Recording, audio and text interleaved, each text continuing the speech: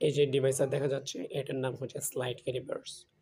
Slide callipers হওয়ার জন্য যথেষ্ট কারণ আছে। কারণ হচ্ছে এখানে যে মেইন স্কেল থাকে, মেইন স্কেলের সাথে একটা ভার্নিয়ার স্কেল থাকে।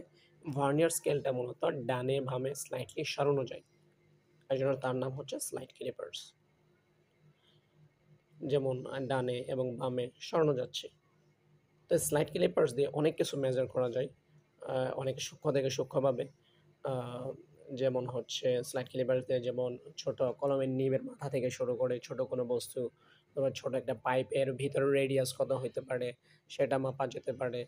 তারপর হচ্ছে আ বিল্ডিং এর ব্লকের মধ্যে অথবা গাছের মধ্যে অথবা কোনো গুরুত্বপূর্ণ জায়গায় যদি কোনো ছিদ্র থাকে, ছিদ্রের লেন্থ কতটুকু ওইটা মাপা যেতে পারে।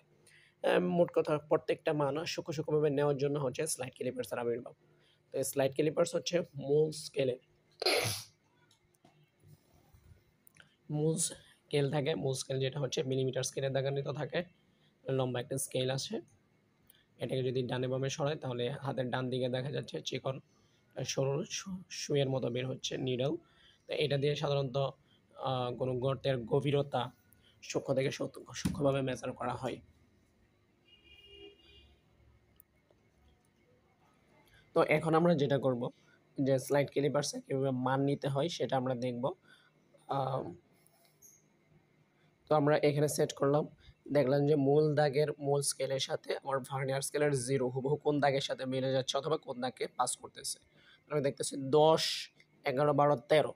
১৩ নাম্বার ঘর অর্থাৎ ১৩ টা দাগকে পাস করতেছে। তাহলে আমি মোট মেল স্কেল পার্ট হচ্ছে 13। এখন দেখব ভার্নিয়ার স্কেলের যেকোনো দাগ মূল স্কেলের যেকোনো দাগের সাথে হুবহু কোনটা মিলে যায়। যদি এরকম দেখি তাহলে আমি পাবো যে ৪০ নাম্বার দাগ যদি হুবহু মিলে যেয়ে থাকে ৪০ কাউন্ট নিব আর ভার্নিয়ার কনস্ট্যান্ট দেখব কত।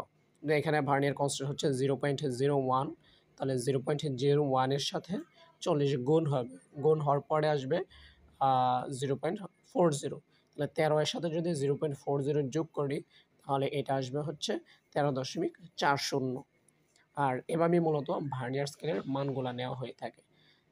ভার্নিয়ার স্কেলের উপরে যে স্ক্রু থাকে এটা দিয়ে সাধারণত টাইট দেওয়া হয়।